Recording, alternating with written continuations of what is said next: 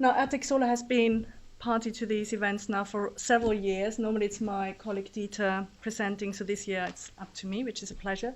Ertex Solar is a BIPV processing plant in the heart of Europe, in Austria, but it's come out of, most importantly, a glass processing company called Ertex Glass, which has been around now for over 60 years. So we have an extensive knowledge of glass processing, and this is really the fundamental basis of our BIPV. As we've discussed, the BIPV market and the PV market indeed have been quite flux. There have been a lot of companies coming and going, but so we're very proud since 2004 to be still with you. As a brief introduction, a couple of projects which we have realized since then. This is a project in Sudan. It's basically in Khartoum, the telecom tower. It's 105 kilowatt peak with thin film, so expensive, an extensive facade. It's a single glazed facade system because there weren't any building heating issues there. The key concern was really the management of the daylight within the office building. So it's a transparent film application, ASI through. The next project in Germany is quite different. It's a Klimahaus and in Bremerhaven, which uses a lot of BIPV as part of the canopy glazing with punctured cells. What these buildings obviously have in common is the management of daylight. And the last application for the introduction, it's the Kimball Art Museum in Texas. It's the biggest installation to date of movable louvers in the world. It's over 1,400 louvers, which move with the sunlight, but also move in order to manipulate the daylight conditions within the art installations within the museum, which is obviously paramount for this building function. So as part of my function as an architect and my architectural business, I've been party to a lovely school extension in Newbury, in St. Bartholomew's School. It's a secondary school for 1,600 pupils, new built. The existing building had a given design and a given facade system. In this case, it's a Schuko curtain walling system. And then the school approached us and said, we need a new extension, we need a new visitor forum and some additional meeting spaces. So can you please design it? Can you make it look seamlessly and integrate with the existing building? The existing building is BREEAM excellent. The new extension, because it was a much smaller size, only needed very good. So we looked at the project because it had to fit in with the existing exam facilities as well. There was only one location for it to go, which is the optimum orientation. In this case, for PV as well, it's due south. But with this obviously comes a certain challenge. So from the beginning, we worked together with Borough Happold as our building services engineers to achieve our BREEAM rating and obviously optimize our design. Now this is a daylight factor analysis which they did for us. As you can see, the slide at the top is without PV. You can see you've got very high daylight factor spikes along the glazing facade due south. And even right into the depth of the main facilities, it's quite a lot of daylight, so there will be quite a lot of solar gain, which would be very difficult to manage in a school environment because there's only mechanical cooling. At the bottom slide, you can see a thin film application, which we tested. In this case, you can see that the daylight factors actually dropped too low, so it wasn't really very usable because schools, like commercial buildings, have very specific daylight requirements. Because otherwise it's very difficult for the children to concentrate and it creates a difficult building environment. This is the solution, the bottom slide we actually went with. So the top slide is a comparison is without the BIPV again. You can see the high spikes of over 9%. The bottom slide provides quite an even spread. If you're wondering what the green blob at the bottom is, that's actually a roof light which we introduced as a response to the analysis. We targeted actually quite a light and low daylight factor of just over 2% because we had to balance that with the solar gain and with the solar glare, which in this case was the optimum. But as you can see from the study, what BIPV can achieve when applied as part of the glazing is a 100% customized solution for any glazing application. We didn't have to apply any additional solar control whatsoever, and therefore the beauty about it is not only does this glazing facade manufacture green energy. Most importantly, it manages and handles the daylight within the building. It was very easy for us to achieve the BREEAM rating, but we ticked a lot of boxes on top of that with regards to obviously pollution, reducing the CO2 footprint, and very good reduction of the solar gain. This is another example. Now, how we achieved obviously the management of the daylight within the building is by, in this particular case, the spacing of the PV cells. Ertex Solar provides and manufactures glass modules only, and within these we integrate any cell available within worldwide deliveries at the moment.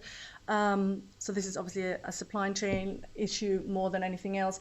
And we're also extensively involved in the product research. So we obviously always welcome new introductions of cells, which we then test very stringently to make sure that we then can guarantee our modules over a 25-year period in their performance. This is one of the cells we've actually developed ourselves. One way of achieving transparency is by spacing solid cells further apart. Another one is obviously punctured cells. There have been quite a lot of punctured cells on the market. This one, which was specifically created and developed by Ertex Solar, has the advantage that it uses hole spacing in such a manner as to optimize the perception of the human brain and fill in the gaps which are in between. So it is actually perceived much more transparent, and it gives a much more calm environment when looked at. The cell we specifically used for St. Bartholomew School is heterojunction cells. It's actually a combination between thin film and crystalline. Many of you might be familiar with that. That's the most efficient cell on the market at the moment, yields up to 24%.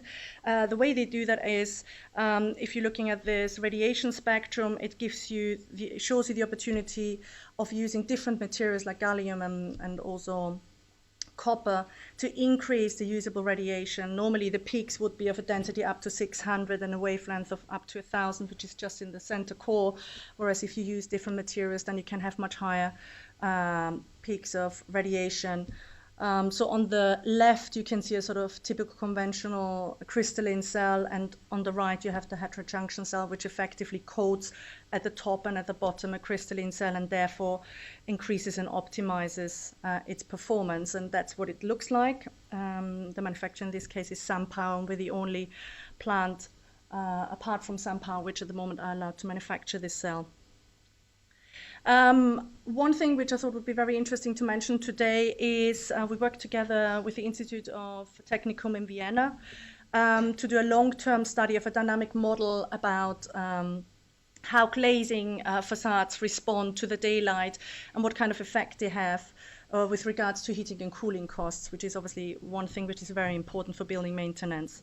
So we actually modeled a standard office space, in this case, 2.5 meters wide and 3 meters tall facade element of 7.5 square meters in relation to a 5-meter deep room, which we considered was a sort of typical office environment. And then we tested it with the dynamic modeling software over a year for several different types of glazing. The first type of glazing, which has a sort of white symbol, is just a low E coated glass. The second, with the red hatch, was the solar control glass.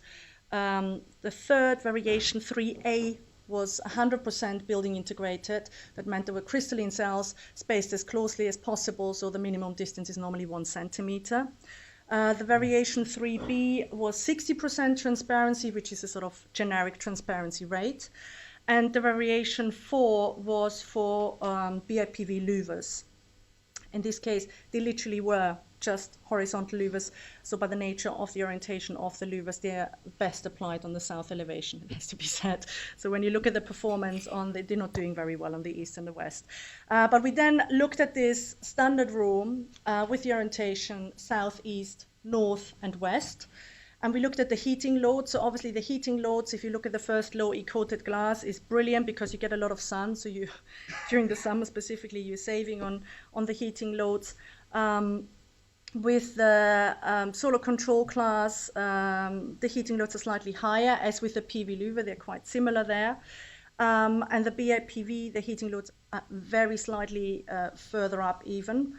But when we go to the cooling loads, which is particularly relevant for commercial spaces. You can see there is a huge peak, obviously, with the low coated glass. The solar control glass is much further down as the PV louvers. The PV louvers performing much more superior on the south elevation due to their horizontal orientation only. But the BIPV is vastly superior with the cooling loads because it pinpoints the solar gain and the daylight factors much more individually. And this is really for us at Ertex Solar, but for me as an architect and designer, that's the key message I would like to get across today. If you have any type of glazing, double or triple glazing, we manufacturing up to Passive House standard, please do consider BIPV. Don't waste your money on solar control glass because there are so many added benefits you can create by using BIPV. Now, procurement and installation, BIPV, we had a specific requirement as we had an existing school building. We had a Schuko curtain walling system. That's the beauty about a BIPV. It fits into any facade system because all our panels are frameless, just glass. You can fix them whichever way you need to in any specific given system. So if you have a large high-rise office building in London and you need to reglaze the whole facade, please contact us. We can make it happen for you. This is what it looks like between the glass panels. So you can see the cable runs are very discreet. In the big caption, that's an old diode box. We now have obviously next. Move on generation of diode boxes. They are now very, very discreet, 5 to 7 mil. The cable runs are very discreet. In this case, they're then covered by the pressure cap, and you can't see it. Now, pitfalls of the procurement, from our point of view, this is a project which one of my colleagues in Central Europe observed over the course of several months. You can see this is a standardized panel, so not necessarily BIPV, building integrated, but more a PV panel, fixed module. And then somebody had the good idea to integrate it into the facade, which we obviously applaud. It's a good idea. The issue with it was obviously CE rated. So from an electrotechnical point of view, it was fit for purpose. But obviously it had not been designed specifically for the facade application or for this fixing application. So what actually happened, you can see the two holes. Over time, the panels dropped out. They were Tedler backed, so they didn't have the structural integrity by themselves to stay up there. The fixing didn't work either, and it just dropped out. And luckily, nobody was hurt. There was obviously then also a supply chain issue because they were never replaced.